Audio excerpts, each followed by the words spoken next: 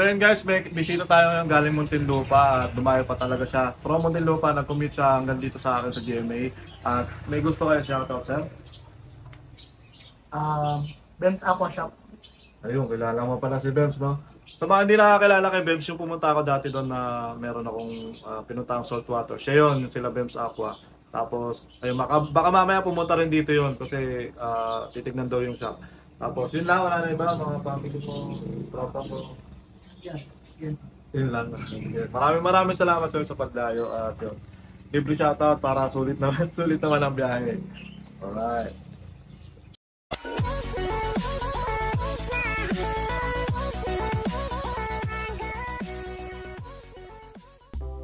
At sa mga kasangod, dahil naging busy tayo sa tindahan, sumobran na ang dami ng tambak dito na sobra na yan. May sapatos pa dyan at may sabon pa dyan. So ayun na nga, dahil pupunta si Bems Aqua Shop tuloy, sila, sila Princess tsaka si JB ng Bems Aqua Shop, nag-promise siya sa akin dati na magbibigay nga sila sa akin ng, ng saltwater. So dito ko naisip ilagay, kaya kailangan ko linisin to. Pero bago lahat, tanggalin muna natin yung pump at mali naman yung nahugot ko. So ayun, itong cube tank natin ng shrimp, ito yung gagamitin natin para sa ating unang saltwater. Talagang parang may susunod pa ata, hindi natin masabi. Pero yun nga, ito yung pinakaunang gagawin nating saltwater tank na sa akin. At bibigyan nga daw ako nila Bems Aqua ng mga gamit o ng mga tubig at isda. So itong mga shrimp natin, ililipat ko muna to dahil sayang din naman. At ito na yung gagamitin natin tank, yung mas malaki natin na pang 20 gallons, pero lalagyan natin yan sa 5 gallons kasi kailangan malakas ang daloy ng tubig pag yung mga saltwater tank natin. At ayun, syempre tanggalin natin to, yung mga bato tsaka yung mga shrimp natin. Naisip kong ilagay muna sila dito sa aking aquarium ng mga Blue Panda guppies. So ihalo muna natin sa Blue Panda to dahil wala pa akong mapaglipatan at hindi ko pa alam kung anong gagawin sa kanila, pero nanginayang naman kasi ako, kaya dito muna yung mga red cherry shrimp natin na ang tagal naman din dumami sa akin yan. So dyan muna sila kasama yung Blue Panda at saka yung yan, nilagay natin yung bato. Tapos maraming maraming apple snail. So yan yung mga bato natin. Iniisip ko nga kung pwede ba to sa saltwater, hindi ko rin alam din kasi. Pero ang alam ko kasi sa mga saltwater ang ginagamit mga dead corals, mga ganon, mga sand. So yan, ito yung mga red cherry shrimp natin. Yun, kaso na. Yan, ganda rin naman yan kaso hindi ko na nakasikaso. So yung mga kasang, meron pang konting natira at binawasan ko muna ng tubig para mas madali natin mahuli dahil hindi ko makita yung iba. At ayun, etong mga red cherry shrimp na to, ang tagal na rin sa atin ito,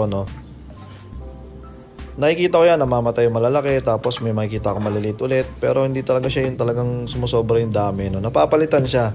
Yung mga malalaki nawawala, nagkakaroon ulit ng maliliit na bago, pero hindi siya dumadami. So yung mga kasang, wala ng tubig, itong ating cube tank na 10 by 10 by 10 inches ang laki. At yun, tinabi ko muna yung ating aqua soil, baka magamit pa natin sa ibang project yung aqua soil na yan. You want to play? Let's play. At so yung mga kasang, inabot na tayo ng dilim at ngayon pala dumating sila Sir JB at may dala silang tubig na almost 10 liters daw to. Tapos ito yung mga isda na ibibigay nila sa atin na salt water. At yun, dito nga natin nilalagay yung ating salt water, pero sabi nila ay wag daw dyan. At ito na lang daw ang gamitin kong 10 gallons dahil mas marami daw yan malalagay dyan. At baka mabitin din ako sa cube tank. At medyo almost 10 gallons din daw yung dala nilang tubig. So maglilipat tayo ngayon at tanggalin ko muna yung mga rancho natin dyan. Tapos ayun, ito, pakita ko na sa inyo yung mga bibigay niya sa atin. Meron ditong anemone fish. Hindi ko alam ang scientific name niyan. So yan talaga yung gusto ko. Kahit sabi ko, kahit isang Nemo lang, okay na ako doon. Tapos binigyan niya tayo ng anemone. Itong anemone na to, ito yung parang bahay ng Nemo. Yan, may buhay din yan. Tapos Meron pa ditong bato. Galing sa dagat. Di natin alam kung saan dagat galing yan. May starfish din, oh. So, yun. Binigyan niya tayo ng starfish. Di ba lumalaki yun? Tapos, ito, clownfish din to. Pero hindi ko alam kung ano talaga. Parang Clarky daw yung tawag dyan. Ang alam ko kasing Clarky yung yung lobster na kulay orange. Tapos yung mga pebbles at dead corals, yan. Setup na yan mamaya. So yung mga kasang, tanggalan muna natin ng tubig. Itong ating 10 gallon tank, no? At magpe-prepare tayo ulit. At yun, maraming salamat sa BEMS Aqua Shop team, kay Bem, kay Sir JB at kay Madam Ses. Alright. At so yung mga kasang, na-drain na natin yung tubig at ililipat ko na siya doon ulit sa taas. So yun guys, may taga-setup pa tayo. Tatawa-tawa magpa-video. Para sa mga gustong order, BEMS Aqua, ang kanilang Facebook at puro salt water yan. Yung mga salt water na kailangan nyo, meron yan. Anong sunod, boss? Assistant mo na lang ako. Ano? Yung may pang ano ka? Ayan, assistant lang ako. Mamaya na natin pakita yung wrap pag pag nandiyan na yung isda. Tuman tayo sa likod. Hanggang saan ba shipping nyo?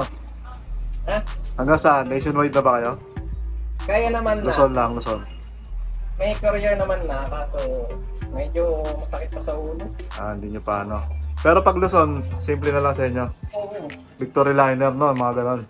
Tsaka naman, hindi rin basta-basta ang padala. Depende pa rin. Kailangan pa rin natin. Sige. Pero pag sa malalapit, lalamog. Walang problema. May tanong oras. NCRs. So, may sinisipat ka pa dyan. Ano yan? Petprat. Para saan yan? Ang salinity test. Wala ako alam talaga dyan. Pag-aaralan mo din yan. Kailangan ko pala yan. Wala ako ano. Asin lang meron ako eh. Pwede ba ito asin? Asin ng fresh, hindi kaya yan. Hindi pa ito pwede. So yun mga kasang, pakalmahin muna natin yung mga isda dyan. Silipin natin mamaya at paparelease na natin yan. So ayun na si Sir JB na ang nag-release mga ating mga isda. At maraming salamat ulit sa pag-setup sa aking unang saltwater tank. So yung mga kasang, hindi puno yung tubig natin, at pupunta na lang ako sa kanila para bumili ulit ng pandagdag na tubig. Kasi ang gamit natin dito natural na salt water. So yan, meron nga dyang starfish, anemone. Ayan kita nyo, kumapit na yung anemone doon.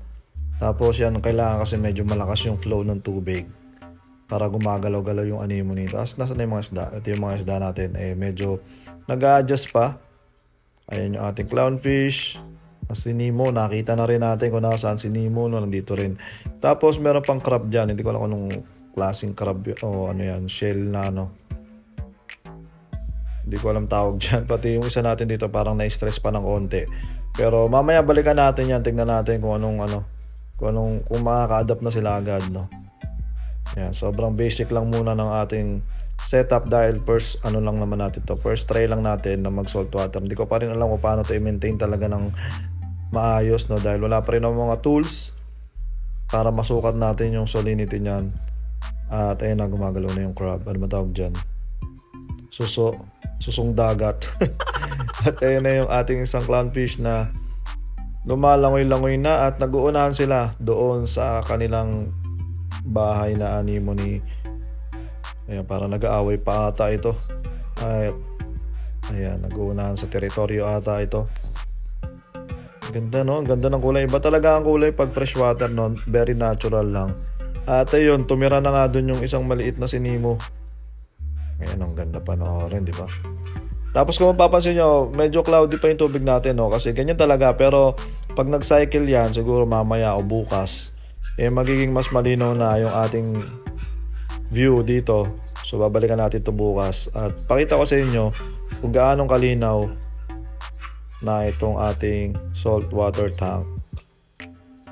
Alright.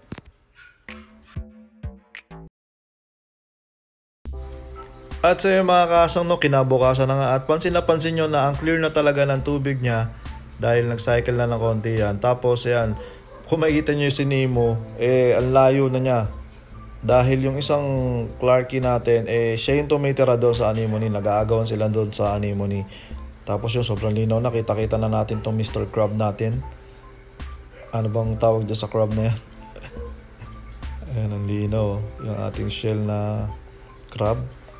Hermit ba yan? Tawag dyan. Tapos ito, hindi ko alam kung okay lang ba sa kanya yung ganyang lango yan, no? Hindi ko kasi alam pa yung mga behavior nila. Kung okay lang ba yung ganyang lango yan.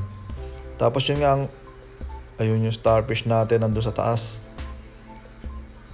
Sabi sa akin ni Bems Aqua, mas okay daw yan na nakikita natin na gumagalaw-galaw yung starfish na lumilipat-lipat ng pwesto. So yan, buhay yung starfish na yan. At dati nakikita ko lang sa dagat. Ngayon meron na tayo dito sa ating aquarium. So yan, sarap panoorin itong dalawang to na nag-aagawan dun sa anemone. Kasi yun yung tinitira nila eh.